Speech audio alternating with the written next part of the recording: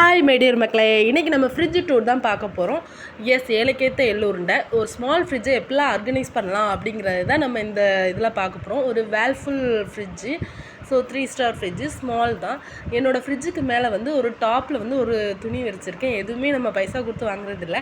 அது வந்து நம்ம குட்டீஸ் வந்து தலையில் இது பண்ணுறதுக்காக நம்ம யூஸ் பண்ணுது, அதை விரிச்சிருக்கேன். ஸோ ஒரு குட்டி ஸ்நாக்ஸ் பாக்ஸ் அண்ட் ஸ்டெபிளைசர் இதுதான் இருக்குது. இப்போ ஃப்ரிட்ஜுக்குள்ளே என்ன இருக்குதுன்னு வாங்க பார்க்கலாம். யா welcome to Giri garden show. இதுதான் என்னோடய ஃப்ரிட்ஜு. மேலே வந்து தேங்காய் அண்டு தயிர் பாக்கெட் உடச்ச பாக்கெட்டாக இருந்தால் அதில் ஸ்டோர் பண்ணி வைப்பேன், ஒரு கிளிப் போட்டு. அண்டு மிளகாவெல்லாம் ஒரு டப்பா போட்டு வச்சுருப்பேன். அப்புறம் கருவேப்பிலை, கொத்தமல்லி அண்டு புதினா இதெல்லாம் வந்து ஒரு பாக்ஸ் போட்டு தான் வச்சுருக்கேன்.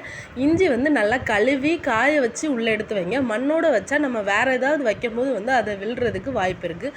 பாட்டில் ரேக்ஸில் ஒன்லி பாட்டில். இது ஜூஸ் போட்டு ஏதாவது ஸ்டோர் பண்ணி வைக்கணும்னா வச்சுக்கலாம், இல்லை நம்ம ஐஸ் வாட்டர் வைக்கணும்னாலும் வச்சுக்கலாம்.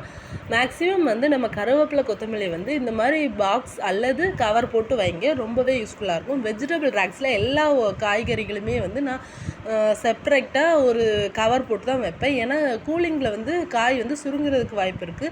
ஸோ அதனால் கவர் போட்டு வச்சோம் அப்படின்னா அது ஃப்ரெஷ்ஷாகவே இருக்கும். இந்த பாக்ஸில் வந்து கத்திரிக்காய் அண்டு தக்காளி வச்சுருக்கேன். நமக்கு எடுக்கிறதுக்கு வசதியாக வச்சுருக்கேன். சாம்பார், புளிக்குழம்பு வச்சா ஈஸியாக இருக்கும். ஸோ அதனால் அதை தனியாக ஒரு பாக்ஸ் போட்டு வச்சுருக்கேன். முட்டை வந்து குட்டீஸ் இருக்க வீட்டில் கண்டிப்பாக தேவை. ஸோ அதனால் அதை நம்ம மொத்தமாகவே வாங்கி ஸ்டோர் பண்ணி வச்சுருவோம்.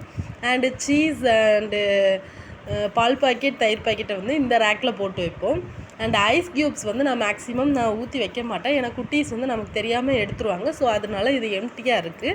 மாவு அரைச்சோம் அப்படின்னா அந்த தக்காளி பாக்ஸுக்கு பக்கத்துலேயே நம்ம வந்து ஸ்டோர் பண்ணி வச்சுக்கிடுவோம். அதனால தான் மேலே உள்ள ரேக் வந்து நான் யூஸ் பண்ணல. இதுதான் என்னோடய ஃப்ரிட்ஜ் டூர். உங்களுக்கு பிடிச்சிருந்தா லைக் பண்ணுங்கள், ஷேர் பண்ணுங்கள், மறக்காமல் சப்ஸ்கிரைப் பண்ணிடுங்க. உங்களுக்கு யூஸ்ஃபுல்லாக இருக்கும்னு நினைக்கிறேன். தேங்க்ஸ் ஃபார் வாட்சிங்.